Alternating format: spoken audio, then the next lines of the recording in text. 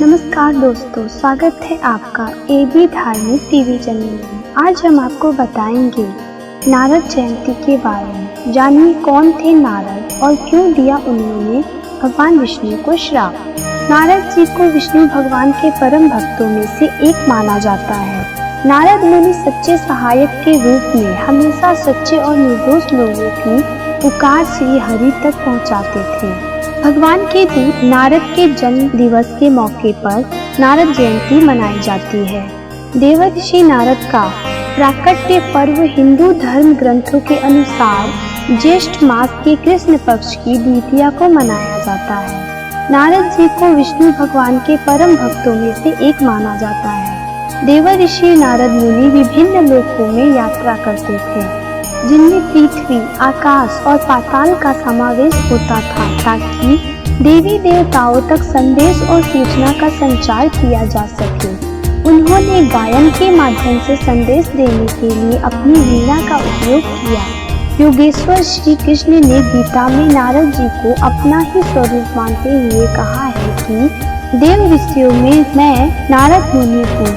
देवर्षि नारद व्यास जी, वाल्मीकि तथा परम ज्ञानी शुकदेव जी के गुरु हैं। नारद मुनि सच्चे सहायक के रूप में हमेशा सच्चे और निर्दोष लोगों की पुकार श्री हरि तक पहुंचाते थे। इन्होंने देवताओं के साथ साथ असुरों का भी सही मार्गदर्शन किया। यही कारण है कि सभी लोकों में उन्हें सम्मान की दृष्टि से देखा जाता था। हिंदू धर्म के दो अमूल्य दिव्य ग्रंथ रामायण और श्रीमद् भागवत पुराण मनुष्यों तक नारद जी ने ही पहुँचाए। भागवत भक्ति की स्थापना, प्रचार एवं लोक कल्याण ही इनके जीवन का मूल उद्देश्य था। नारद मुनि की जयंती को पत्रकार दिवस के रूप में भी मनाया जाता है।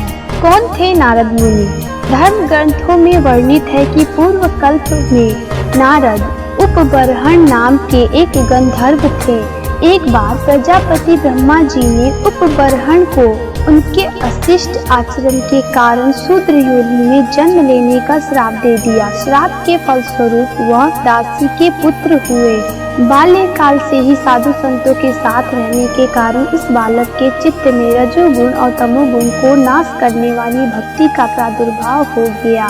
निरंतर श्री नारायण की भक्ति करते हुए उन्हें एक दिन भगवान की एक झलक विद्युत रेखा की भांति दिखाई दी और तत्काल ही अदृश्य हो गए। यह बालक नारायण के उस स्वरूप को हृदय में समाहित करके बार बार दर्शन की चेष्टा करने लगा, परंतु उसे पुनः नहीं देख सका। इतने में अदृश्य शक्ति की आवाज सुनाई दी, हे दासी पुत्र, अब इस जन्म में फिर तुम्हें मेरा दर्शन नहीं होगा। अगले जन्म में तुम मेरे पार्षद हो जाओगे। समय बीतने पर बालक का शरीर छूट गया और कल्प के अंत में जिस समय भगवान नारायण एकार्णव प्रलयकालीन समुद्र के जल में शयन करते हैं, उस समय उनके हृदय में शयन करने की इच्छा से सारी सृष्टि को समेटकर ब्रह्मा जी जब प्रवेश करने लगे, तब उनके श्वास के साथ दासी पुत्र की आत्मा भी श्री हरि के हृदय में प्रवेश कर गई।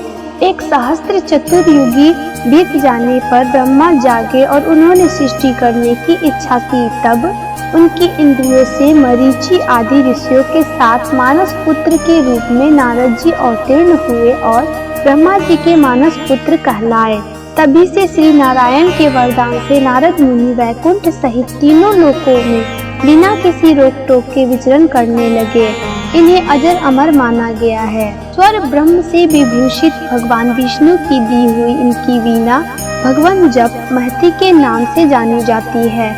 उससे श्रीमन नारायण नारायण की ध्वनि निकलती है। माना जाता है कि वीणा पर तान छेड़कर प्रभु की लीलाओं का गान करते हुए ये ब्रह्म मुहूर्त से सभी जीवों की गति देखते हैं। रामायण के एक प्रसंग के अनुसार नारद मुनि के श्राप के कारण ही त्रेता युग में भगवान राम को सीता जी से वियोग सहना पड़ा था। कथा के अनुसार देवर्षि नारद को अहंकार हो गया था कि उनकी नारायण भक्ति और ब्रह्मचर्य को कामदेव भी भंग नहीं कर सके। तब भगवान विष्णु ने उनका अहंकार दूर करने के लिए अपनी माया से एक सुंदर नगर का निर्माण किया। यहाँ राजकुमारी के स्वयंवर का आयोजन किया जा रहा था। तभी नारद मुनि भी वहाँ पहुँच गए और राजकुमारी को देखते ही उस पर मोहित हो गए। नारद जी के मन में उस राजकुमारी से विवाह करने की इच्छा जागृत हो गई, इसलिए उन्होंने भगवान विष्णु से उनके जैसा सुंदर रूप मांगा। नारद भगवान विष्णु से सुंदर रूप लेकर राजकुमारी के स्वयंवर में पहुँचे, लेकिन वहाँ पहुँचते ही उनका मुख बंदर जैसा हो गया। ऐसा रूप देखकर राजकुमारी को नारद मुनि पर क्रोध आया और तत्पश्चात भगवान विष्णु राजा के रूप में आए और राजकुमारी को लेकर चले गए। नारद जी को जब पूरी बात पता हुई तो उन्हें बहुत क्रोध आया। नारद जी भगवान विष्णु के पास गए और श्राप दिया कि जिस तरह आज मैं स्त्री के लिए व्याकुल हो रहा हूँ, उसी प्रकार मनुष्य जन्म लेकर आपको भी स्त्री वियोग सहना पड़ेगा। माया का प्रभाव हटने पर नारद जी को बहुत दुख हुआ। उन्होंने भगवान से क्षमा याचना की, लेकिन तब भगवान विष्णु ने उन्हें समझाया कि यह सब माया का प्रभाव था, इसमें आपका कोई दोष नहीं है। आशा करती हूँ आपको यह जानकारी पसंद आई होगी। धन्यवाद।